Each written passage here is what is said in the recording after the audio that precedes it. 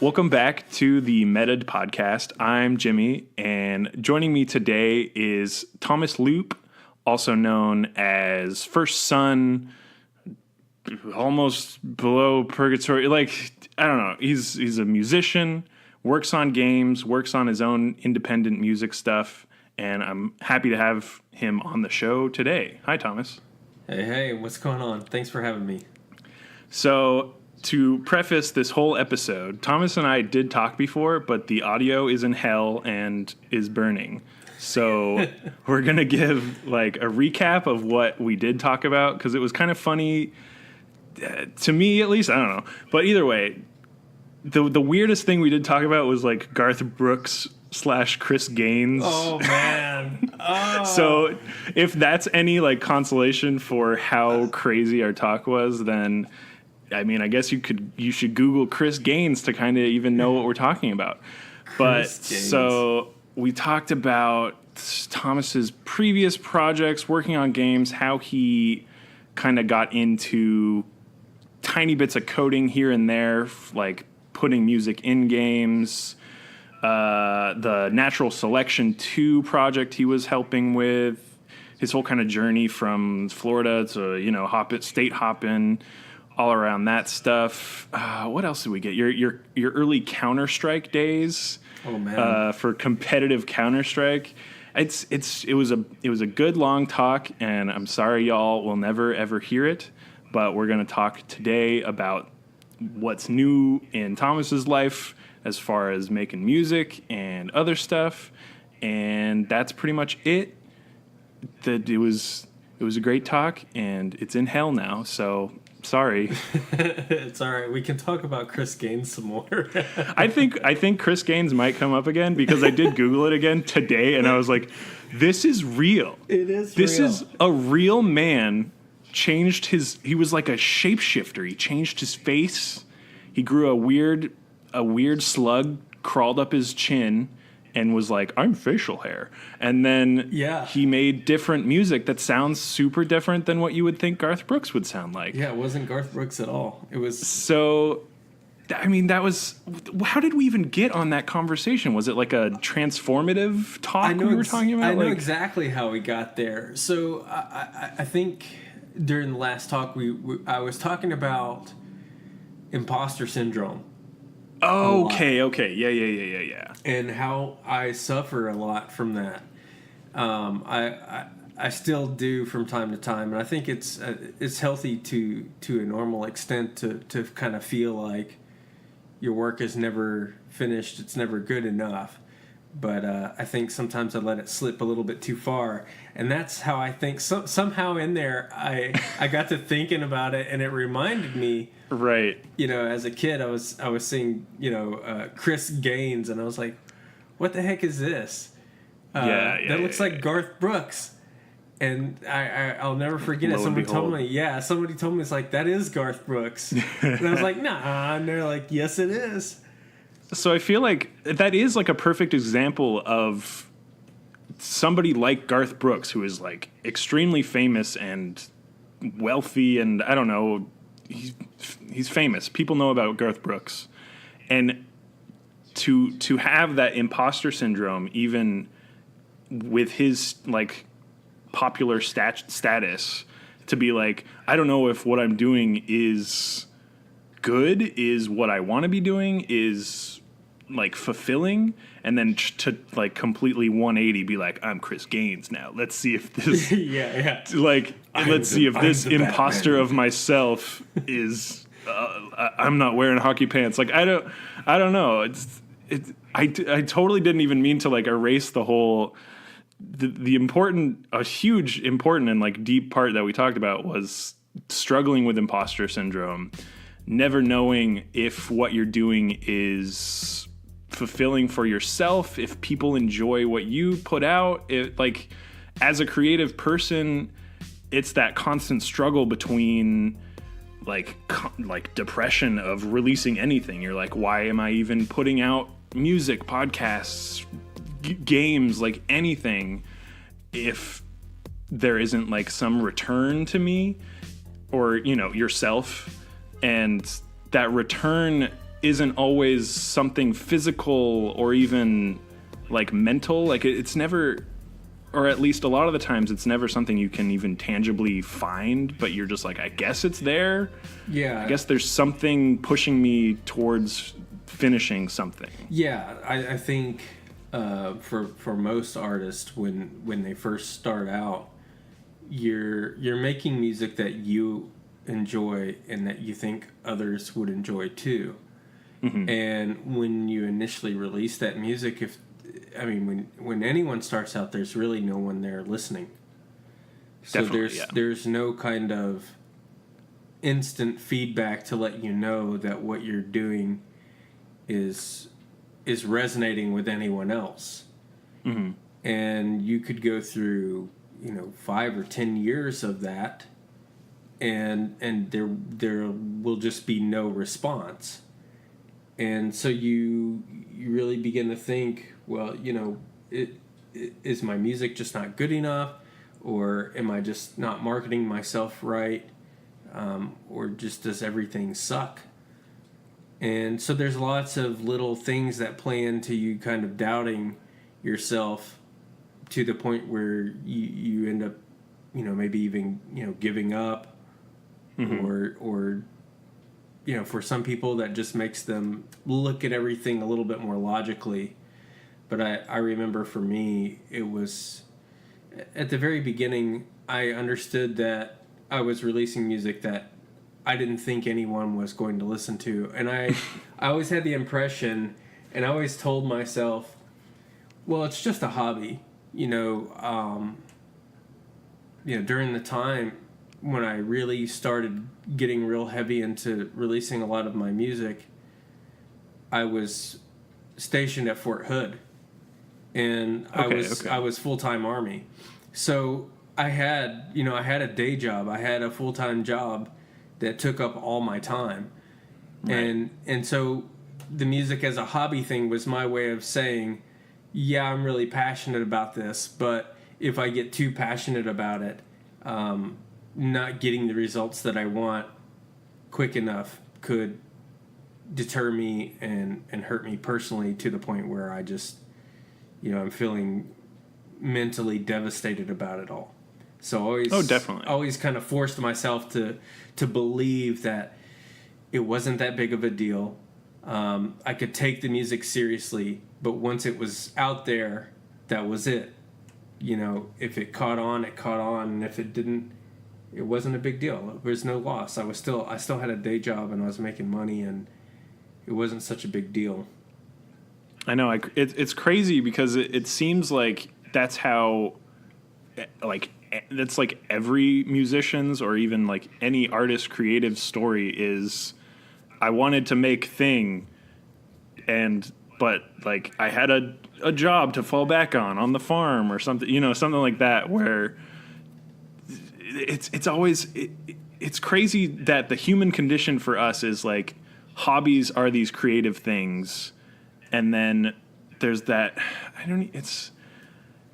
it's so weird because like every creative field has that stigma of competitiveness to where if you aren't 100% the best at what you do, then there's 80,000 other people above you like that are just going to like weigh you down to zero. So, and it's like if you mentally think that way about how you're releasing music or again anything like podcasts, like why am I doing this podcast? Yeah, you're already defeating yourself. There's 10 million other podcasts. Like why am I doing this anyways? Well, because yours is the best. I still do it. Yours is the best. Yeah, obviously, I'm the cream of the crop. I'm the top. I'm the best one. I mean, obviously, I don't think that. Why else would I be here? No, I'm just kidding. Actually, Thomas, we're canceling this episode. Oh, no. Neither of us are the best anymore. Was it because I mentioned Chris Gaines again? As soon as we mentioned Chris Gaines, we're like, this episode's cursed. Bottom of the barrel. Yeah. So it comes back to like if you put yourself in that mindset of I'm the worst. I don't know. It's like again, it's hard not to fall into that pit. That's what we were talking about. We're like struggling out of that pit. Yeah, it's kind of having that defeatist mentality out of the gate, so that when shit hits the fan, you're not upset about it as much. Yeah, you're not let down. Exactly. You kind of are like, yeah, I don't really expect a whole lot. Really deep down, you really hope something amazing happens. I know, right? But on the surface, you're just shoving it, from the surface down as deep as you can get it to dig, that it's not going to be successful. You're not going to get any kind of reaction. And that should be your default kind of approach to it, so that when it doesn't happen, you're not so devastated by it. Right. But that's what's so crazy is if you acknowledge that deep down drive to be better and get better at what you're putting out, like, yes, it is deep. It's like, layers deep. Yeah, it's really down there. It's with the magma. It's very it's in the core of your like being of like musicians who are good at music, who are bad at music, who do music, regardless of that. Like, if you're a musician, there's something about making music that music is a shared medium. Like, people listening to music is the way that you receive feedback, regardless of if they write reviews or anything about it. It's like, if someone listens to your song or listens to anything that you've made, then that's like you've done it. And if that's the point where you're like, there's no feedback with just like someone listening to your music, good, bad, either way. You're just like, oh, someone listened to it. I don't know what to feel. And you go from that. Yeah. You go from having that burning passion really deep down, and kind of like trying to hold it back, and just using it to fuel creativity, to releasing something, and then when it gets the attention that you didn't expect, you're pleasantly surprised, but you're also kind of skeptical. Right, that's when the imposter syndrome kicks in. Yeah, you're skeptical about whether that success is deserved, whether that'll happen ever again. And I think, again, with all of it, there's a healthy amount that I think that skepticism can bring. There's definitely a healthy dose to have. Right. I think that kind of fuels the creativity and keeps you focused on what matters most, which is the music. But at the same time, if you let it kind of take control of the whole thing and you kind of let that drive your creativity, and you never stop and are pleasantly surprised when things actually work out, then there's really no way to ever judge any kind of success at all. Right. Because you're really what you're doing is you're comparing yourself consistently with the biggest names out there, and you're like, well, I'm never going to do that. Yeah. And so the futility of that. You're constantly comparing, and meanwhile you're sitting there and you're going from 10 listens a week to 100 listens to a week to 1,000 listens a week. And you can't even take a second to realize that that's even happening, because you're still comparing everything to these bigger names, and that's your ultimate goal. And as far number one on Spotify, and if you're not millions number one, it's kind of like, well, why bother? But really, you just kind of have to stop and back up and realize your scope in the past and where you are now, and judge those two numbers. To really get kind of the worth out of it all. Definitely. There's a curve. It's exponential, linear. It doesn't matter. There's improvement. It's marked. Yeah, mine's definitely a seesaw. It's up. You're all over the place. Yeah, it's really crazy. I can't figure it out. One track does really well. The other one, the next one is like, meh. And then the next one comes out and everyone's goes crazy over it. There's no method to the madness, I guess. But I mean, that feels normal. Like putting out a podcast, I'm like, I don't know why this episode has more listens than the previous one. I don't know what people like. People like some things that I don't understand. That's kind of just life. Yeah. It's like you making a thing, and then people are like, meh, or oh, or mm-mm. And then you're like, oh, okay. Yeah, I usually get the but occasionally I get the huh. So yeah, You get like a questioning, like, okay, yeah. I think if I speak enough about Chris Gaines, we might be able to get them a little bit. We're more like summoning intrigued. him in like a summoning circle. Yeah. I'll bring the Ouija board next time or so. Oh wait, he's not dead. So the Ouija he's not board dead, but he will apparate. He's not dead. Okay. But he will like. It's me, Chris Gaines. Yeah, well, maybe we can. I'm Australian. The soul out of him and pull the kind of like bipolar. Pull the Chris Gaines part out of him. And Oh yeah, you pull the alter weird ego out of him. the weird chin strappy thing off, And and you put it on the yourself, and you're soul like, patch. suddenly, I am talented, Chris Gaines. Yeah.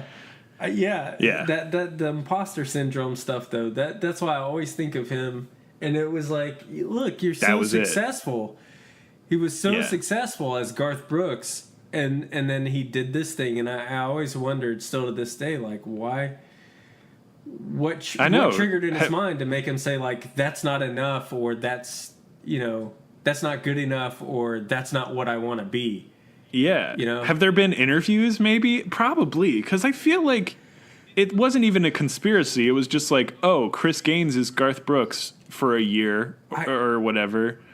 And then he went back and everyone was just like, that was weird, Garth Brooks. Why did you do that? And I feel like that's just like a fucking Regis Philbin. Like somebody asked him that fucking question. Yeah, like I feel like Garth Brooks, what the fuck, dude? Maybe that's what actually went down, but as I recall it, I mean, this was when I was, I don't know, probably. Oh, it was like 7 years later. You're like, what? Yeah, it was like 15 or 16, maybe even younger when I found out about it. And I mean, the internet was still kind of slow. It was slow. Yeah, it was really, really slow.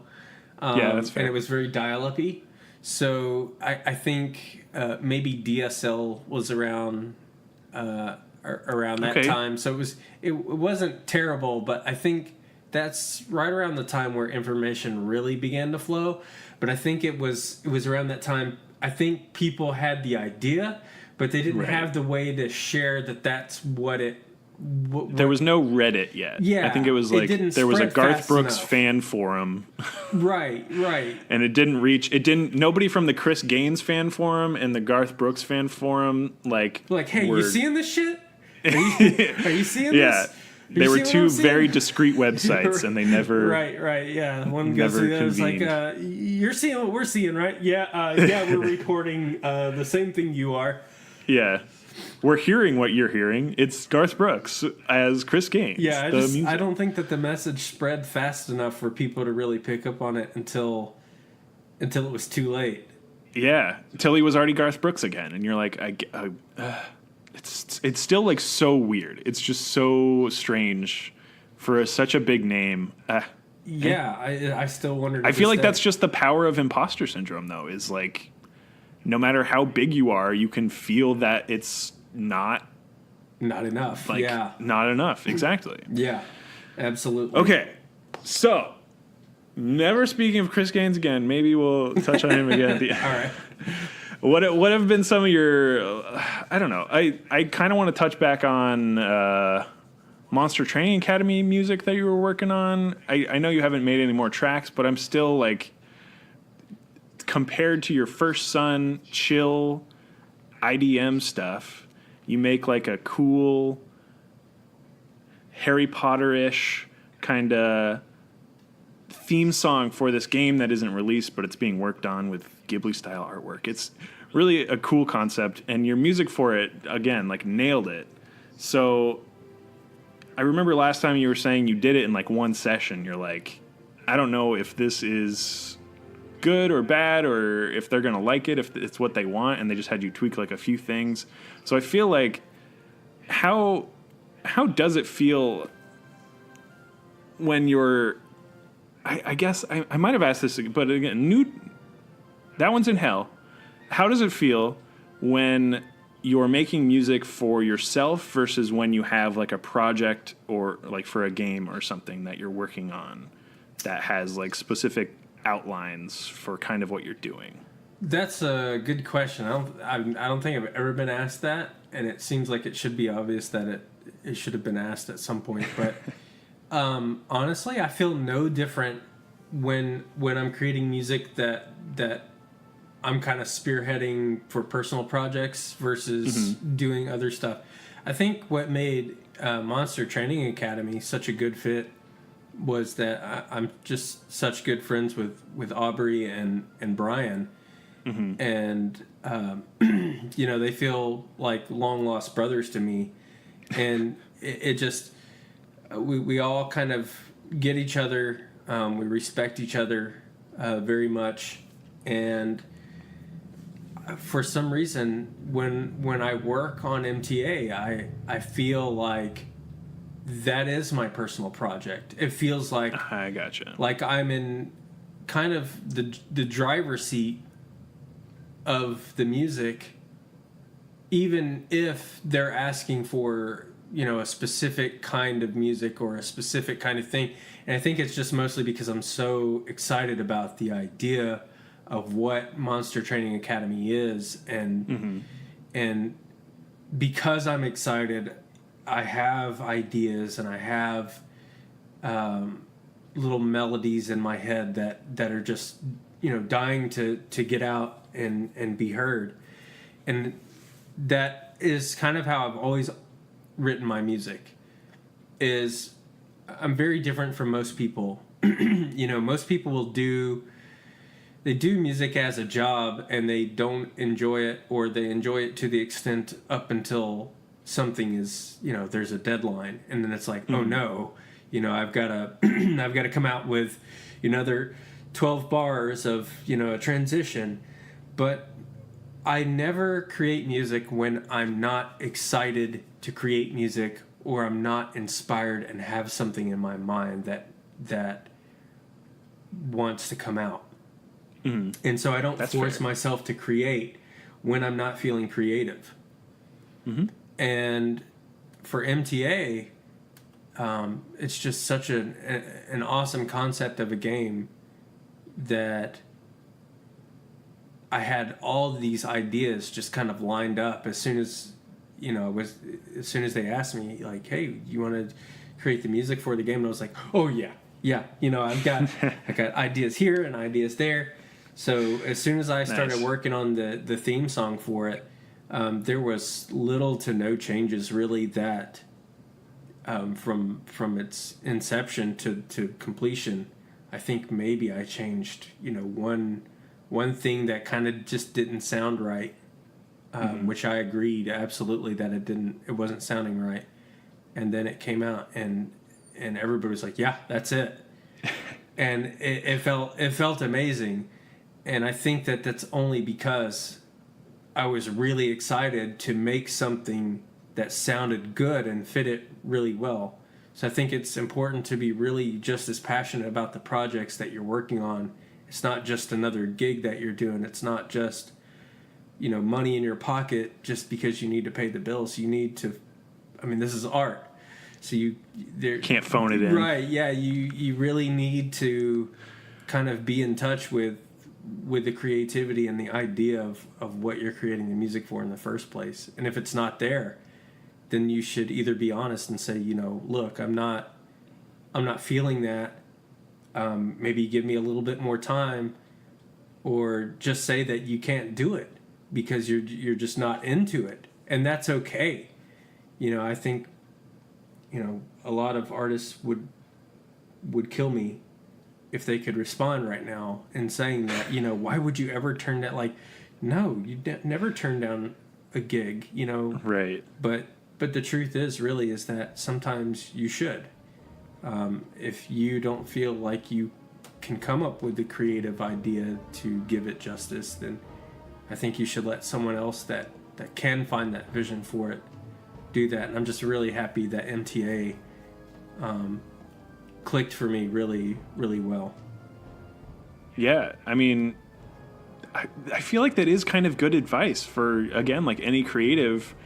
If you like ever are feeling like it's going to be the time you phone it in, like maybe take a step back and like delay your acceptance of the job, or like rethink it, or again, like pass it off to somebody else, or find something that actually gets you excited to do exactly. it in the first place. But I feel like, it's kind of like an oxymoron, because of course people are going to like, they're like, crucify Thomas. He told us to turn down music that we like, music, like if we are making music, then that's making money. And it's like, that's how America works. Yeah. And I feel like it's reinforcing that system of subpar things being made. Not subpar, it's such like a boring way to even put it. Well, you're just kind of going through the motions, as an artist.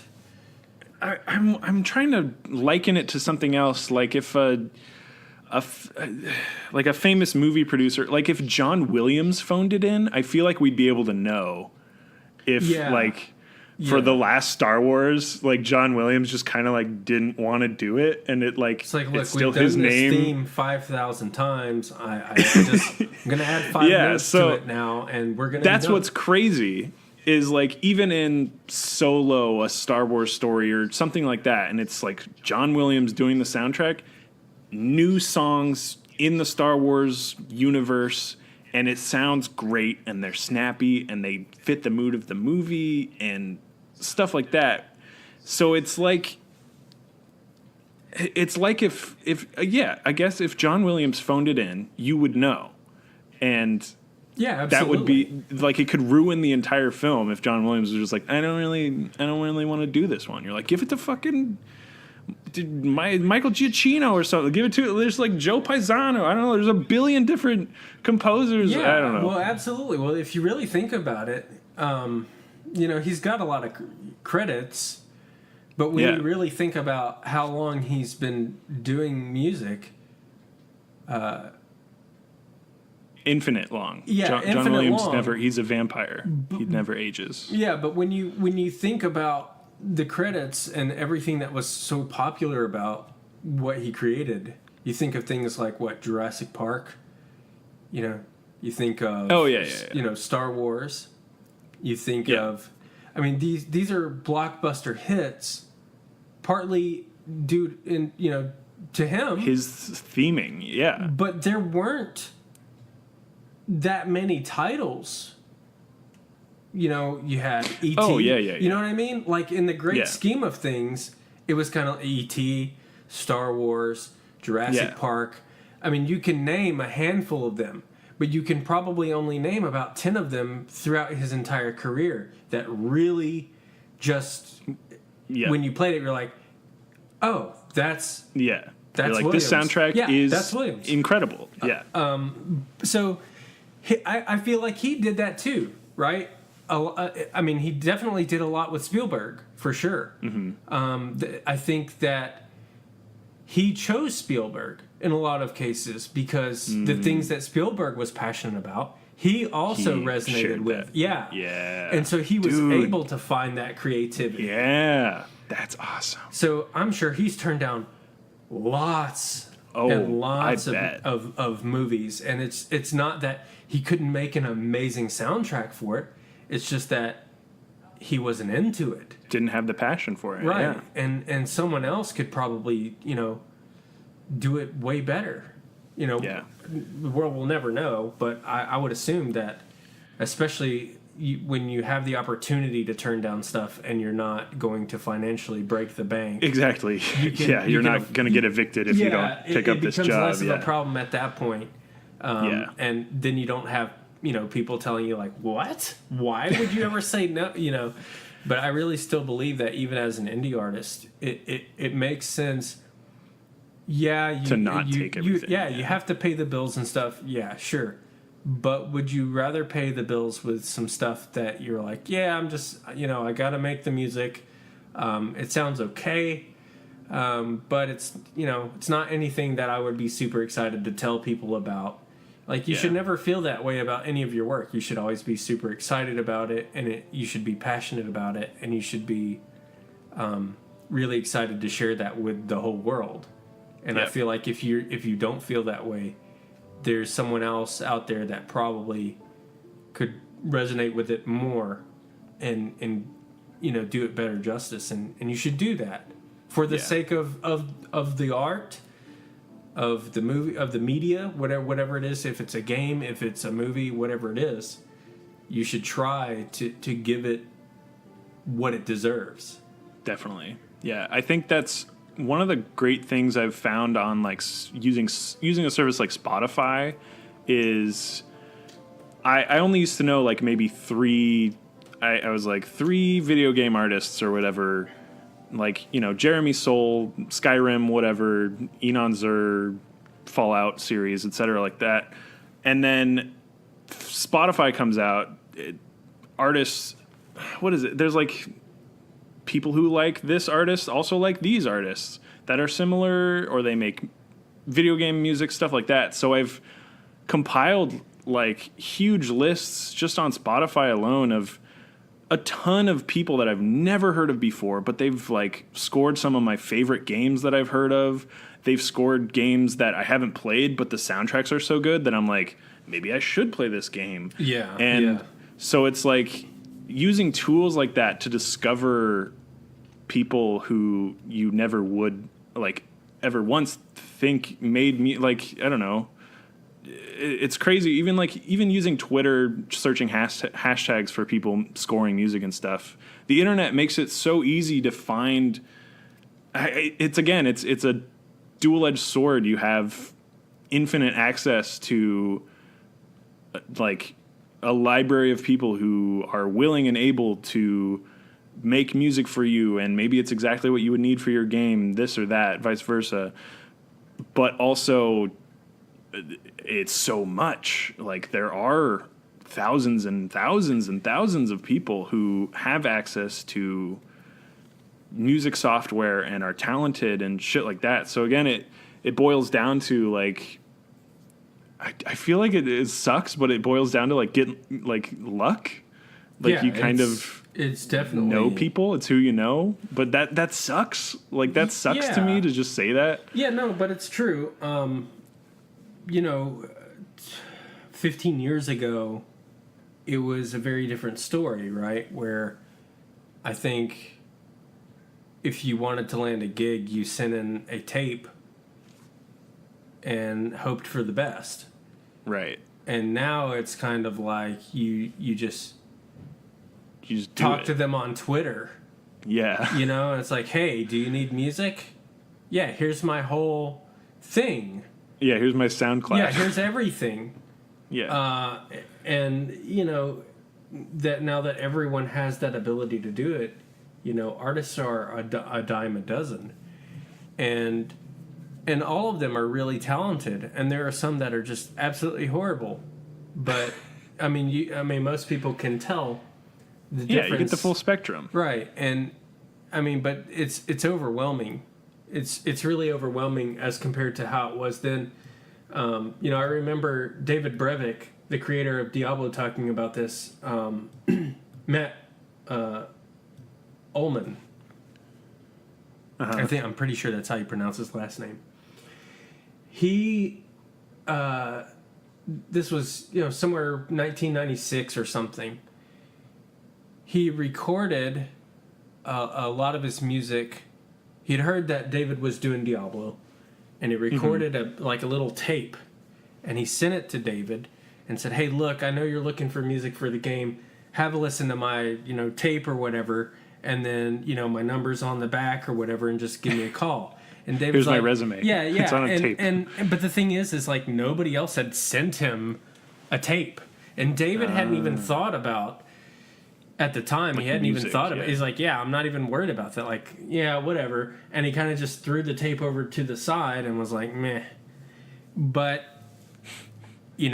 Matt got a hold of him again and said, hey, have you had it, Did you get that tape? Did you get that tape? Have you listened to it? But it was just him speaking directly to him in whatever way that he could. And David's like, nah, I haven't had a chance. It's just kind of blowing him off. And he's like, but I'll go back and I'll listen to it. And then he listened to it and he was like, holy crap, this is good. Right. This is really good. And then he got him in, and Diablo would not be Diablo without Rogue or the encampment music. Seriously, that shit gives me chills when I listen to it still. That's an incredible soundtrack. It's amazing. Yeah.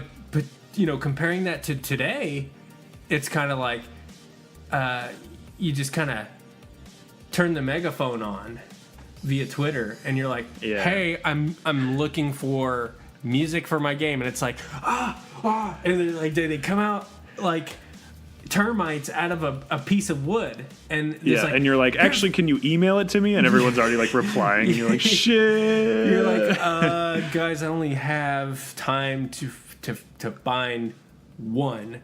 There are 300 of you. And so now with like this oversaturation, a lot of people just kind of feel like, why even bother? I don't want to be that 300th person that's like just throwing his shit out there just to see what sticks. Yeah. And so I'm really happy that I've had the personal. I kind of wanted to go the other route, the kind of the Matt Ullman route, which is, really just, even if I don't know them, be real personable with them and kind of talk to them one-on-one. And if they can't give me that kind of time, then maybe I'm not right for the job. And if they have the time to listen to my stuff and they find it interesting enough to come and talk to me about it, that's when I'm really interested.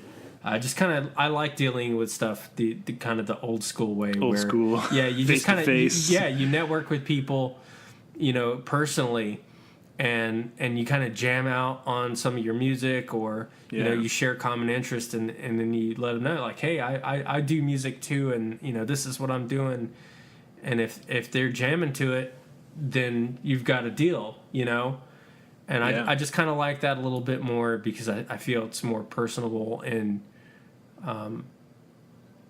I feel like nobody has to feel like they're just throwing their shit out and hitting the wall and seeing if the noodle sticks. Definitely, yeah. It comes back to the passion thing, because if you're reaching out to someone, it's obviously, that's the great thing about a lot of indie devs too, is when they are sharing devlogs and GIFs and Screenshot Saturday, stuff like that. That's like one-to-one. This is what their game is going to look like. A musician, such as yourself, anybody, can look at like a ninja like slicing a guy in half and his like body falls off, and you're like, fuck. And that's just like not just a mental image, but something that like, again, you visually saw it. This is something you could score, and you reach out to them. It's right, yeah. There's something that triggers in your brain that's like, this is mine. This is I should be doing this. And I'll be honest, my big dream right now is I'm hoping that Midway reboots Blood. The Blood games. Okay. Blood and Blood 2 The Chosen. And I've had the opportunity to work with Lonnie Manella before, and I've talked to Jay Wilson as well. Hey. And like said, hey, I really wish that you guys would try and push to get a Blood rework or some kind of reboot done. Remaster, yeah. Yeah, I love the game so much. I was talking to another friend about this not too long ago, but if you've ever had the opportunity to play the Blood games, Caleb, the main character in that game, is just super. He's like Duke Nukem meets like an asshole in a trench coat. It's it's like what an interesting combination. It's insane. He's got that like real dickhead attitude, right. I'm chewing bubble gum. He's got that mentality, but he's more edgy. He's a lot more edgy about it. He's real kind of he's so edgy. It's like Dirty Harry. It's like, okay. It's howdy. He's just too cool. Kiddies, yeah, the bad man is here. And, he gets out and he's got like dual Berettas, and he's just like. Duh, duh, duh, duh, duh. And I love that as a kid. I'll never forget. I think it was 1997 or 1998 when it came out. And I remember coming up in the elevator in the game, and he said, it's howdy doody time, kiddies. The bad man is here. And there was this terrible elevator music playing in the background as he's going. And he's like, I can't stand this shit, And then he gets to the top, and he just starts blasting heads. And I will never forget that for the rest of my life. And God, that's great. I heard Lonnie's voice in that game. Jay Wilson, who worked on Diablo 3. He was one of I believe at the time, was one of either the main programmers or was involved in it in a really big way. Yeah. And I'm a big fan of both Lonnie and Jay, and I had to bug him, and I was like, look, here's the deal, okay? We got to get Blood, we got to get a reboot done, but here's the catch. You got to recommend me for the music. Yeah. Long-time fan, want first-time listener, first-time caller. Yeah, it's like, look, I'm the one. You don't realize how bad I'm coming to you. I want this reboot to happen so badly that I'm coming to both of you and getting you to talk to each other. And you're like, you know what? That's not such a bad idea. And I'm like, okay, well, I'm glad that you both agree with that. I also agree with that. So why don't you, when that happens, you just tell them, I have a great idea for someone talented composer named and then they're like, I don't know. And then they're like, yeah, that's probably what'll happen. But that's the thing is that is the beauty of this networking. If I hadn't worked on Combat, I wouldn't have, or NS2, I wouldn't have had the opportunity to work with Lonnie. Yep. And it's kind of ridiculous now that I think about it, but I grew up playing, shooter games like Unreal and Quake and Blood and Doom. And I never knew that was Lonnie's voice. And then, 15 years later, I'm working with her on Natural Selection 2 and NS2 Combat. Shit. And it's like, like a living legend. Full circle, man. Let me tell you, the shit that got me into making music in the first place were these games. Of course, yeah. And to be working with someone who was involved with those games is just an direct inspiration. Yeah, it's like bam, full circle, instant inspiration, and it's something that I'll always remember. It's something that I can never forget. Mm-hmm. Not only because I would not want to forget that, but it's impossible to forget something that changed your life and really put you where you are like today. On your track. Yeah. It got me into making music. They were the reasons why I created the music. That's and so to crazy. Work with them, it was like, this totally makes everything worth it, Yeah. So to work with her again, to hopefully work with Jay one day, it's a big dream for you. That's a huge dream for me. Yeah. I would love to do that. We'll never know, but I really want to get into doing some more kind of heavy I think metal that'd be stuff. Great. I think that's also a great, just like commentary on remakes and remasters in general. Because, for instance, like the Link's Awakening remaster for Switch is coming out at some point this year, 2019. I don't fucking know. And that game came out in 1991. So I grew up with Link's Awakening being like hugely, intensely. I think it's our first episode. Like it's the very first episode of Meta is about Link's Awakening. It's like, hey, we're going to talk about this game that maybe none of you. Yeah. Like maybe no one's heard of it, but we're just going to talk about it for an hour. I don't know. So the fact that it's getting a remaster means that like kids like me or people whose lives were changed by that game, its soundtrack, its gameplay mechanics, and went on to work for Nintendo, get to like remake that game with their own vision, their own look and feel and stuff like that. So it's so cool to me that something like a remaster for a game like Blood for you would be your like keystone, like finally a game you can work on. Yeah, I'm just like theoretically. I can die now. Yeah, exactly. You're like, I'm done. I did it. I'm good. Like if I somehow was on the track to work on the remake for Link's Awakening, I'd be like, yeah, okay, like this is it. And not just that, but when you really think about it, right? Like when you're a kid and you're so inspired that you get into doing those things, and then you get to work with those people to create new things that go on then again to inspire young people to be inspired to create things. Like it's a beautiful circle. I love it. That's all I've ever wanted in my entire life. I think that if I could do that and I could have, this is gonna sound like, I guess I don't want to sound too like conceited about it, you know. But say it, Thomas. I want a small child to come up to me and be like, I got into music because of you. See, I feel like that's just the dream for any creative is to be an inspiration to someone. I think it is too. I think it is too. And I feel like there was even a recent interview with there was an old book with the Disney storyboarders and animators, and there was a conversation where one of them said, like, do you think anyone will remember us? And one of them said something to the effect of, they're already talking about us, or of course, or it was like very positive and uplifting. And it was retweeted by all these animators and storyboarders and shit like that, where they're like, of course we looked at like your work as this creative because you inspired us, even if you didn't know. And again, that brings up the whole issue of like, you would never. A kid coming up to you means that you're somewhere in public, Thomas. I mean, you're going to every convention now, trying to get children.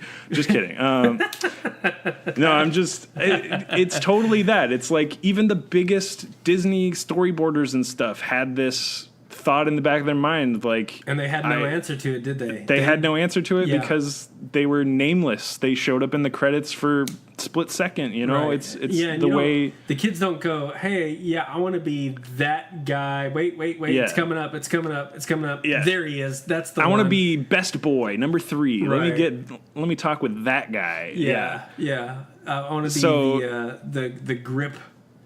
Let's get the key grips. All the key grips. I'm going to interview all the key grips. No offense to any key grips listening to the podcast. No, of course. If you're a key grip and you were inspired by other key grips in credit sequences, then good on you, man. I mean, that's really otherwise. Just it. I think that the cake really is just completing the circle. I mean, there's really no other way to say you're there or that you've done it than remembering what got you there and getting someone else there. I just really feel that I think that's my ultimate you made it. And I think until I am able to get that, I'm just going to keep pushing for it. Yeah, keep working on it. There you go. Yeah. And I mean that's a noble goal, is to just inspire a next generation. I feel like that should be everybody's like top tier thing to do, is just like A, not be a dick, and B, get somebody on the track that you were on and be it a different way. Because I mean, the way things are happening every day changes. Yeah, be inspired to inspire. Yeah, exactly. Like, inspired to inspire is great. With that, let's shift gears. I remember talking about Daft Punk stealing random access memories from you. Oh, man. I had forgotten that we talked about that. I know, right? Yeah, we just hit on so many things, and it's all like flooding back. Yeah, that's a true story. So you had your album, which is now titled Nerd Language, but you had released it firstly and foremostly as Random Access Memories. I had my whole defense of Random Access Memories actually being like a cool love story to music, etc. It's good music. It is good. You say with like sass, just 1,000 meters of sass. Yeah, I've got the 1,000-yard stare going on, but you know, Daft Punk they're amazing. I know they were doing stuff at the time that other electronic artists weren't doing, and they really kind of capitalized on the French house. If they showed their faces, I think kids would approach them and say, "You've inspired me." Well, they definitely inspired a lot of the stuff that I did early on, especially with their work on. I know it's kind of weird, but I didn't really. I didn't mind their music before, but when I heard some of the music that they did for the Tron remake, Oh yeah, I really kind of fell in love with the grid. yeah, It was something different from them, and it wasn't just, you know, like this house funk, you know, French house music that you come to know from Daft Punk. It was something completely different. I was like, what the hell is this? This is like old synth, you know, like old synth music, you know, like I didn't know that Daft Punk could do this. I thought the only thing they could do was chop up, you know, like their vocals and make funky bass lines, which, you know, that's good. But then you had Tron, yeah, and it was like there was these crazy synth stuff, and it felt really computery, very Yeah. retro and kind of 80s vibe. yeah. And it was super awesome. So I was absolutely inspired. I think I actually did a remix of The Grid at some point. Nice. But- Yeah. Yeah, it was It's a amazing. phenomenal soundtrack. It's, of course, it inspired. I bet a lot of people. I mean, I still listen to it to this day. It's so good. They just like crushed those, like any drums in it are like just like crushed to fucking hell, and you're like, yes, Yeah, this they're is so they're good. so good. They're so good. Yeah. I'm just still upset with them that you know the whole idea of my album for Nerd Language was kind of like hacker based. I wanted Yeah. a lot of the music to be Blippy bloopy. yeah blippy bloopy, really kind of glitchy and dancey to some extent. And I remember coming up with the kind of like some of the music. I was like, damn, you know, this reminds me of, you know, music that I would play as a kid, stealing internet passwords using Sub 7. You hacker. Yeah, you. the old terrible, you know, script kiddie Trojan that Yeah. you'd use. And I remember stealing like hundreds of passwords from people that went to my school. We would get on ICQ and I'd be like, hey, look, check out this picture. And it would be like Phishing scam. .exe or something. And they fell for Yeah, just it. click the OK. Yeah, and they fell for it every time. And then I'd grab their dial-up passwords, and then I'd store them in a text file. And I had free internet for probably 4 or 5 years because my mom would never. She was like, nope, I'm not buying you internet, because you know back then it was like $30 a month just for 56K, and there was no way in hell she was paying for that. And so I had to steal my internet for a good 4 or 5 years. And Are you admitting to a crime right now? no, Is it? No. yes, This was necessary. Yes? yes, yeah. I think I'm definitely admitting to it. I might at this bleep point. all this out. Well, the thing is that I ended up getting in trouble for it eventually. I slipped up at some point, Oh, no. and the ISP ended up calling. You got caught. Yeah, the ISP ended up calling my house, Oh, no. and they said, "Look, we know that your son has been dialing in on multiple accounts. If he continues to do this, we are going to, you know, seek legal action against him." Yeah. And I was like, okay. And then she finally realized how important it was to me to just have internet. And she was like, okay, fine. Here's internet. And Gosh. yeah, so we never had that problem again.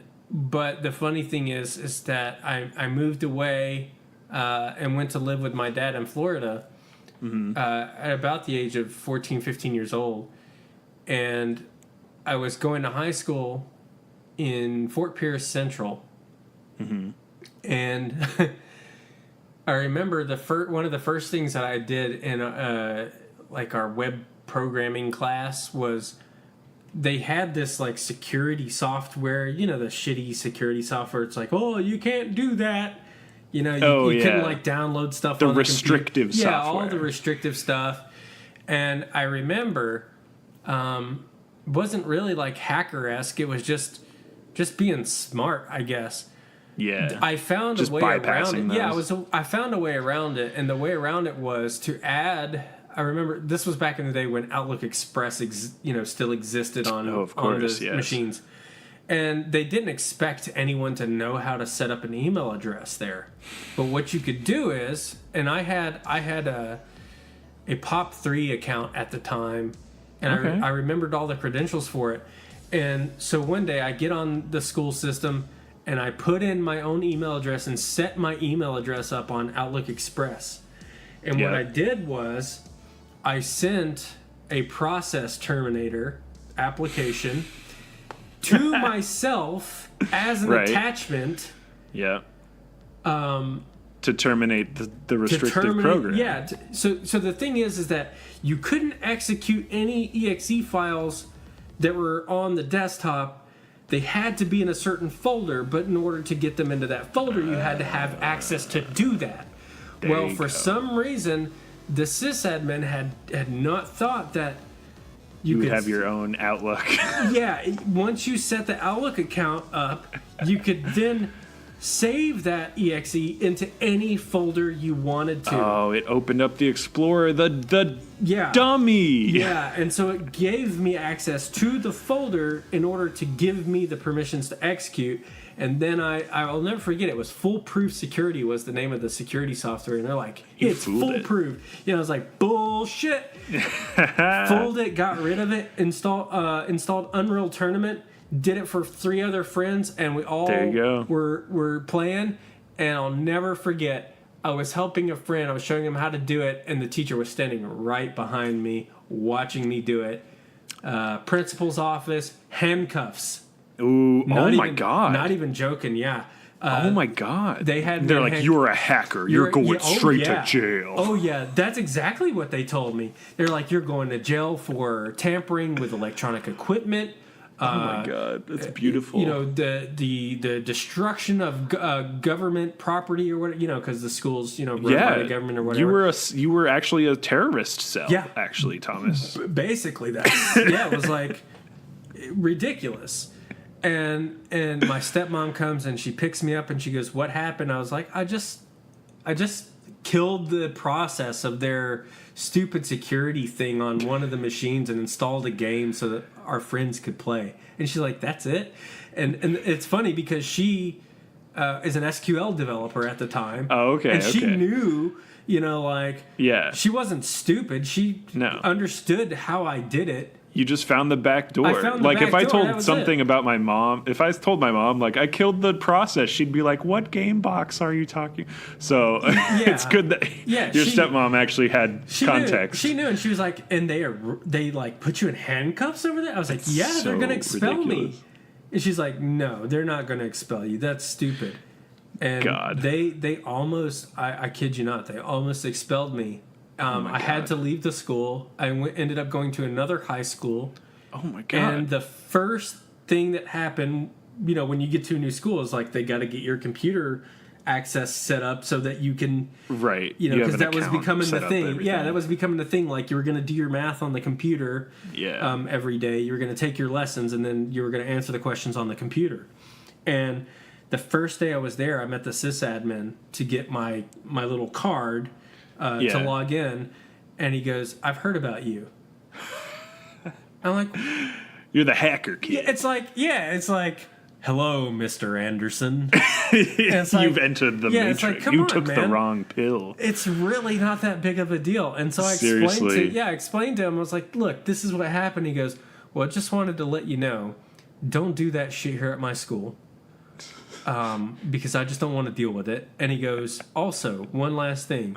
What grade are you in?" I was like, 10th. He's like, "Okay, next year come talk to me. We have a computer club and I want you to join." Yes, there you go. And- Your first connection. Yeah, and that was it. You know, like it almost took me getting arrested and expelled from school completely To join the computer club. Yeah, to join the computer club. But that's really the reason why I went on that tangent is that's really what Nerd Language was about. I was gotcha. It's about- Nerd Language origin story. Yeah, it's that hacker kid, you know, stupid idiot kid mentality of just like, I don't care if I break shit. I just want to play Unreal Tournament, and I don't really care what I break in order to get it installed and play. Yeah. On a school computer. I couldn't wait to go home because I don't have good internet at home. But school internet, it's government internet, yo. Oh, yeah, it's good. It's on the DARPA net. Yeah, that was it's- some fast shit. It was really good. It was really, really good. Yeah. Back in the day, my fucking house internet was so bad. I was like, ugh. Oh yeah, I had like 256K DSL. Yeah, it's like single player games only. I guess I'll play some Myst. That's about it.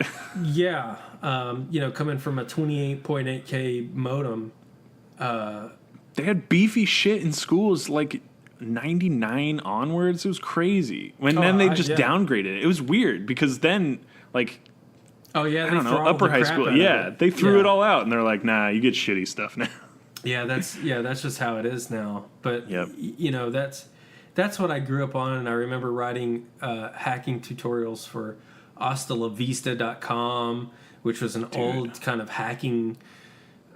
You straight up hacker. Look at you. Oh man, I was doing shit through NetBIOS. I was doing all kinds of crazy shit that I shouldn't have been doing. And I'm pretty lucky that I wasn't getting caught doing any of the stuff. I was hacking websites, that had PHP stuff on terror. it. Oh, I was absolutely horrible.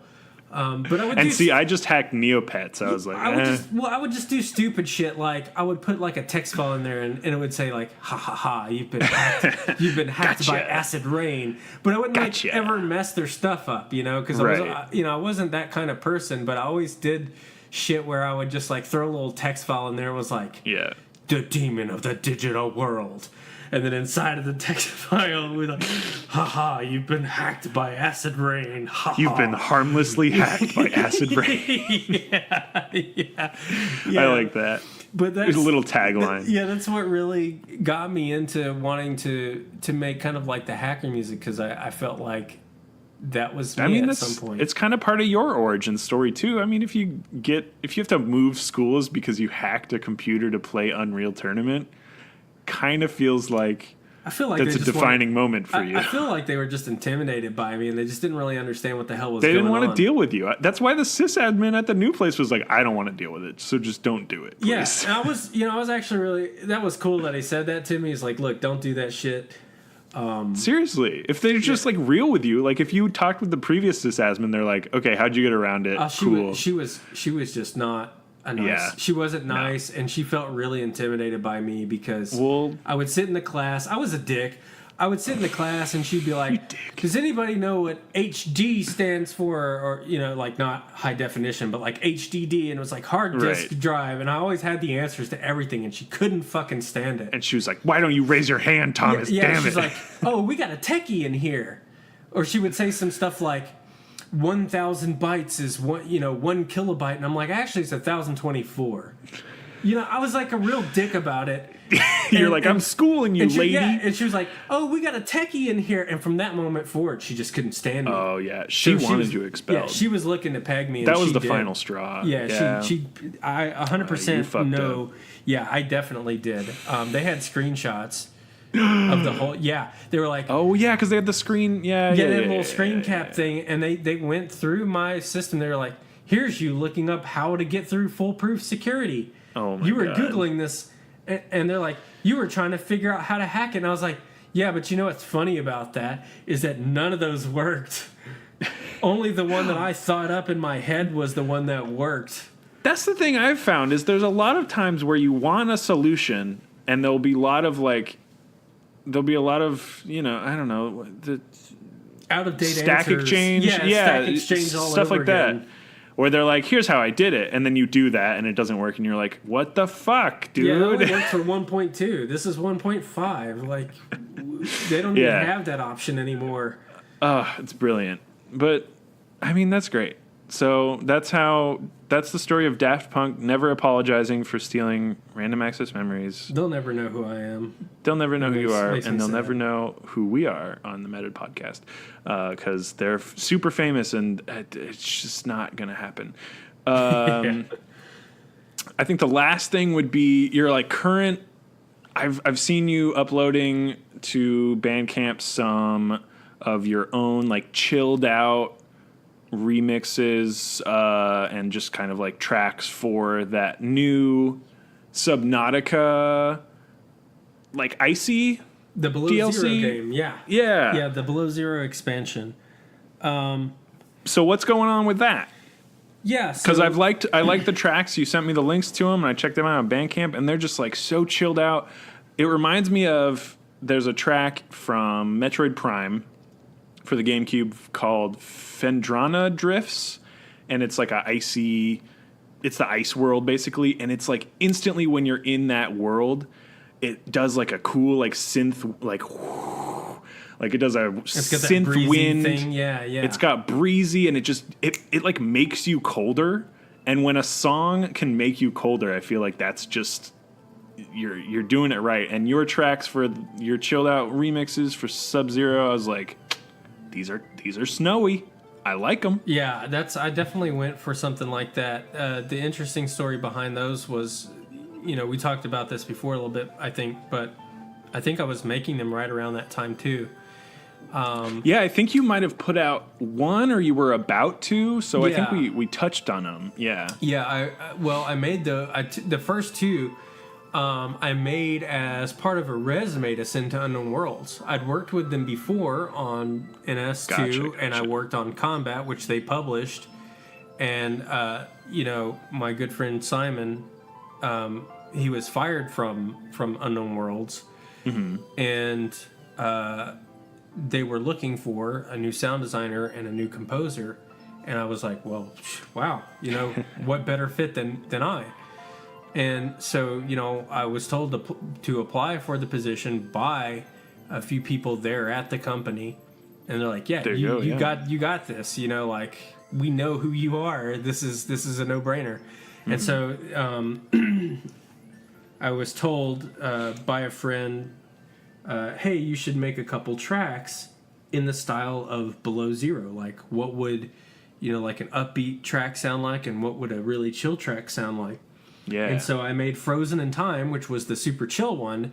Yeah. And then I made Below Zero, which kind of built on the previous soundtrack, but had kind of a Below Zero aspect to it.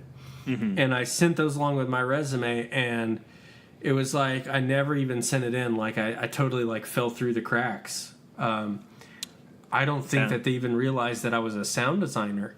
But that's okay. I didn't get the position or whatever. So I was pretty sad about it, and so like I was like, here's what I'm going to do. I'm just going to release the tracks for free. I'm going to put them on my YouTube. I'm going to put them on Bandcamp. Nobody's going to listen to them. It is what it is. But I just want it out there, like, here's my fuck you, like, for not hiring me.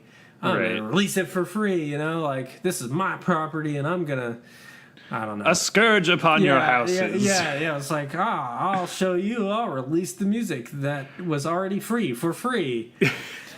But, I was like super salty about not getting the position. But, right. That's how it goes. I put them on YouTube, and I put them on Bandcamp, and a month went by, and it was like, maybe 15, 20 views. And another month went by, and it was like 30 or 40. And I was like, shit. That's cool. Yeah. And then something happened, and then the third month went by, and it was getting, I think Below Zero was getting 1,000 views every other day.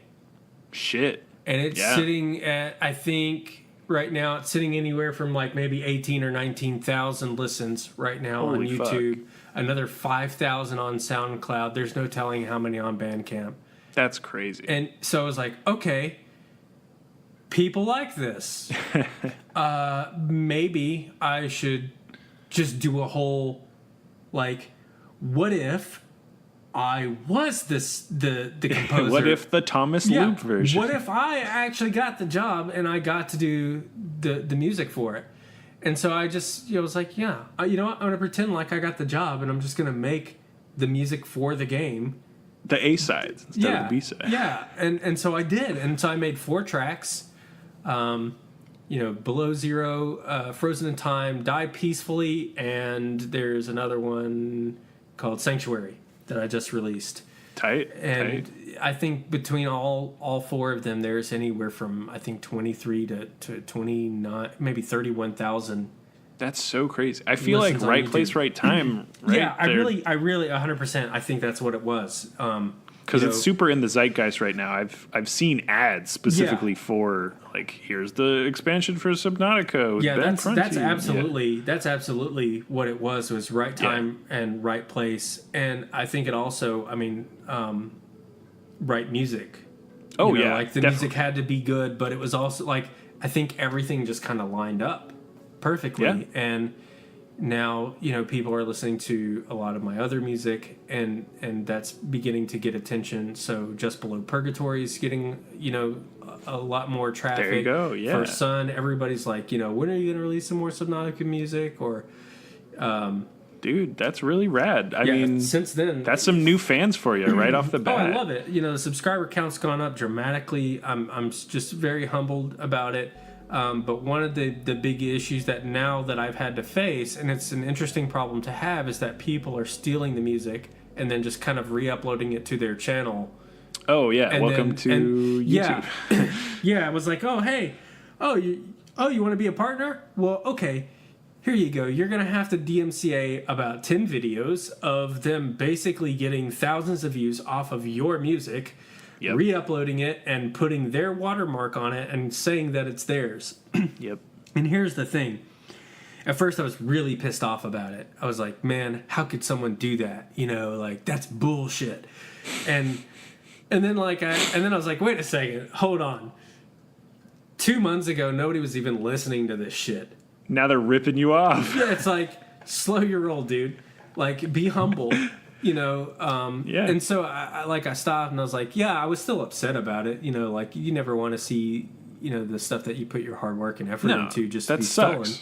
But at the same time, it's like, well, at least it's a good problem to have, right? Because if people are liking it and people feel that it's needs to be stolen, then it's worth something, right? It's worth something. It's so good, I think I did it. Yeah.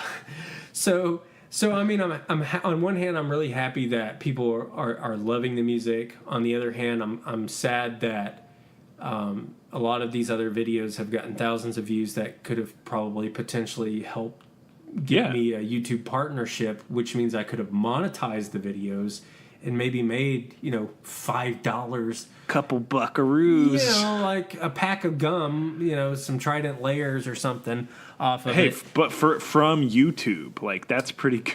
Right, yeah, I mean... They send you a big YouTube buck, and you're like, oh, it's as good as currency. Where I spend this, and they're like, you just buy other YouTube shit with you know, it's like one of those things... It's good for one YouTube Red subscription, I think. Yeah, it's their own currency that you can spend on their own stuff. Yeah, you buy minutes of watch time, I think. Yeah, it has no actual monetary value. Mm-mm. You just think it does.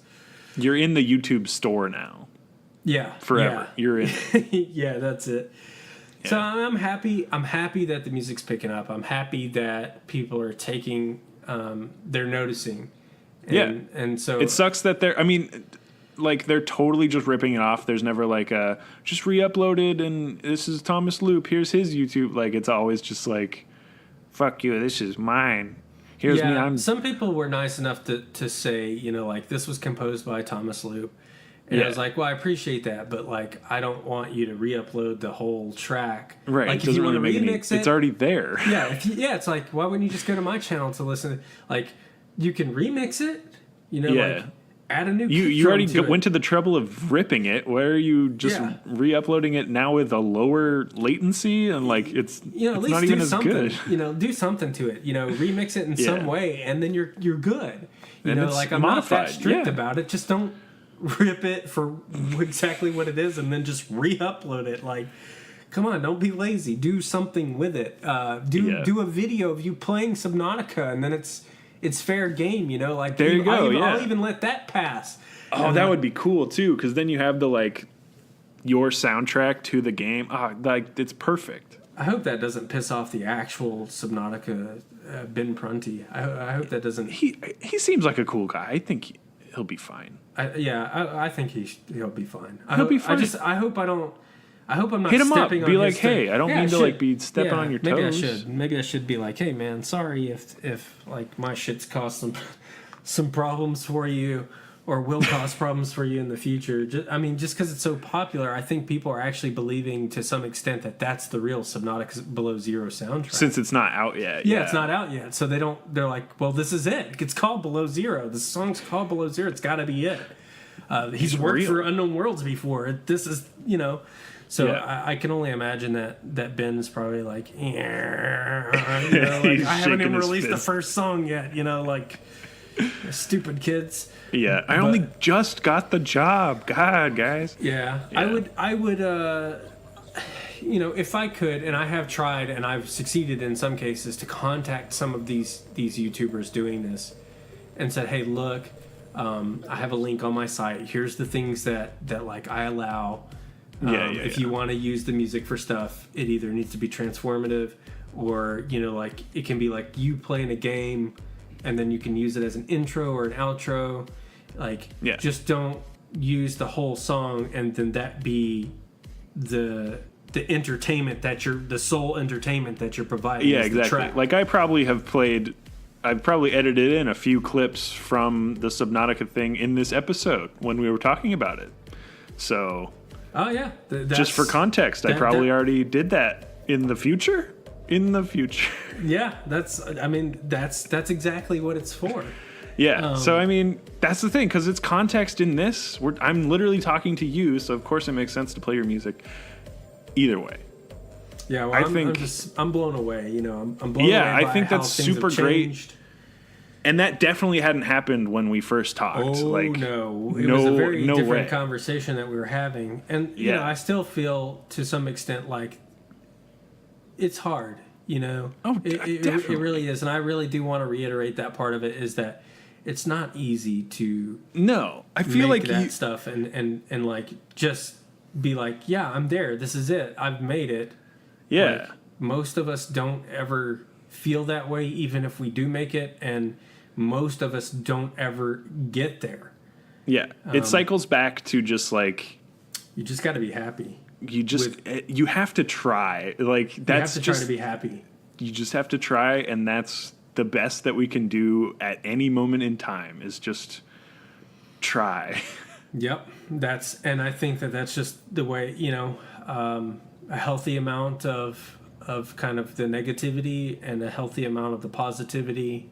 I think that's life. Friends definitely have helped me out with that a lot too. They've been able to provide me a perspective where I'm less obsessed about what people around me, how successful they are, and more obsessed. I feel like with, that's good. It's a horrible thing to be doing.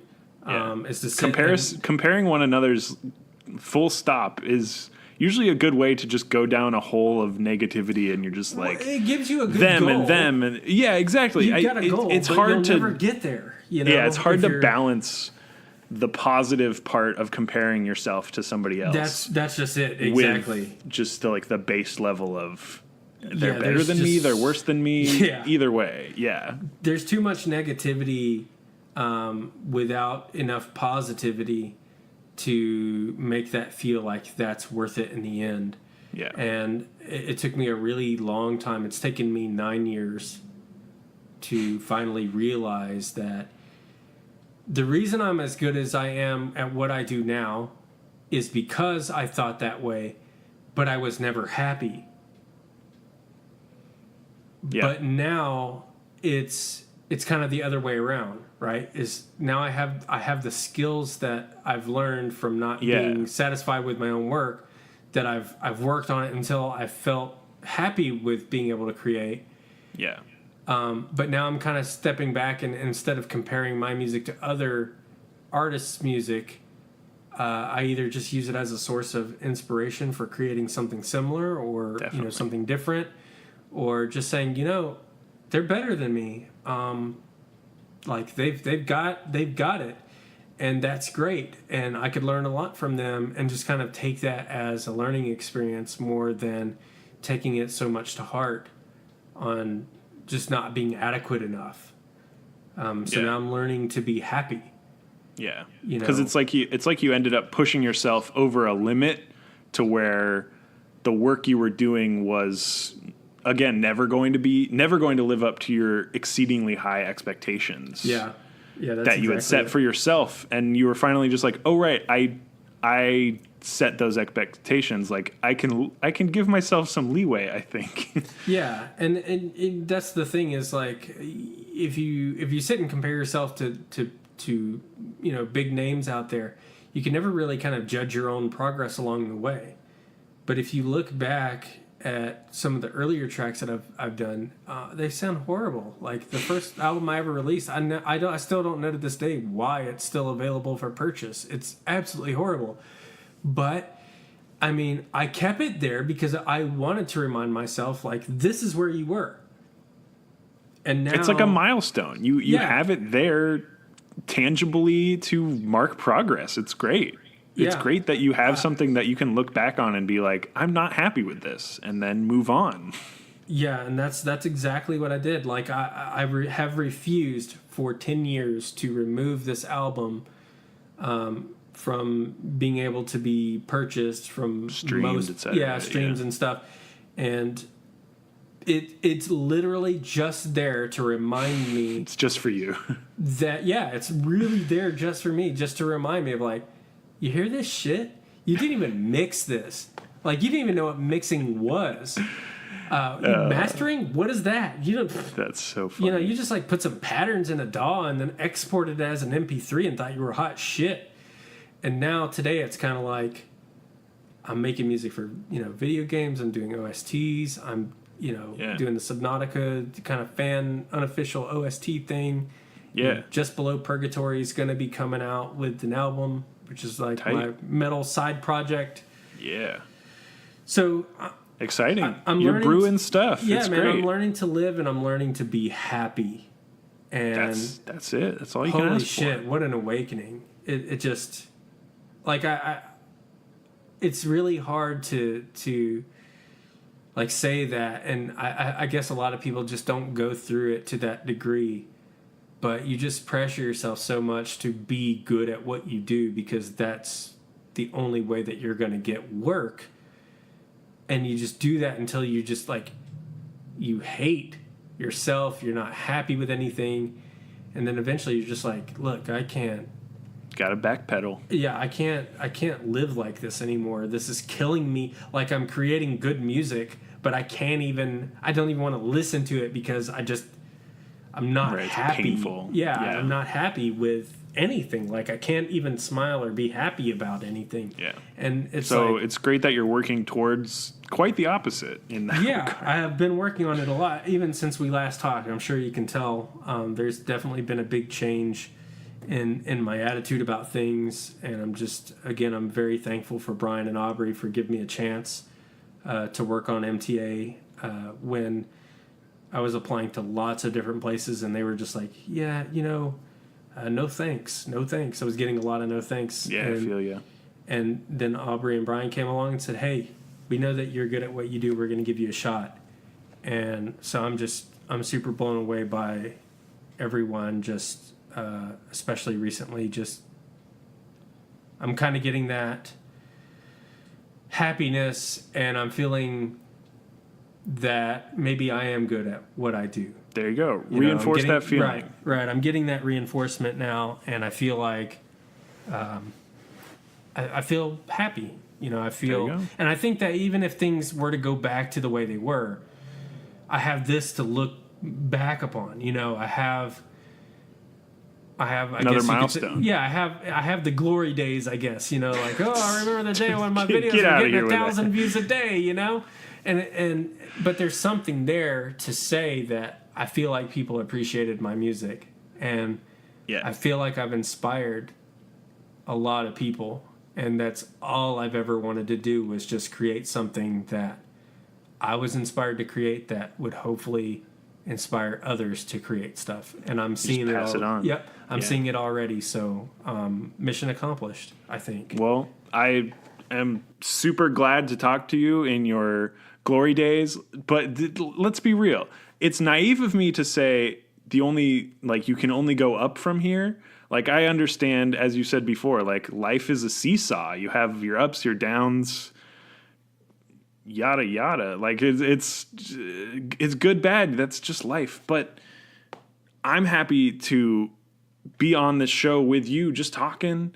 And I hope that whoever listens to this also checks out your music and any upcoming stuff. Because to me, you're a super interesting dude, and I've enjoyed all the music you've put out.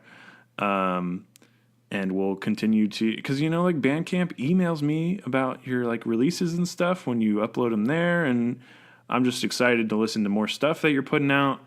And I'll probably go check out the YouTube stuff now, because I think I only checked out the 2 when you had linked them to me. So the fact that you've put out some more in the meantime means that I'm like behind now on some sweet Thomas Loupe tunes. That'll be a first. Usually I'm the one that's behind on releasing stuff, and This guy, the fact that we postponed this episode like months beyond the first recording session, you've been a busy you get guy it. yourself, yeah. Life comes at you fast. Oh yeah. So that's for with sure. that, I think we'll call it an episode. It was great talking with you again.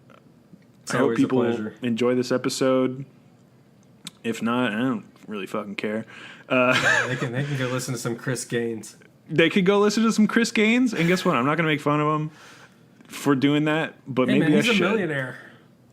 Maybe I should. It's a little outdated. It's a little outdated. Look, not only is Garth Brooks a millionaire, but Chris Gaines is also a millionaire. Chris Gaines gained millions of dollars, right? Yeah. Yeah, and So there we are. This has been the Meted Podcast. You can check us out on Twitter, Meted Podcast, or iTunes, or whatever the fuck. Either way, thanks for listening. You've been Meted. Bye. See ya.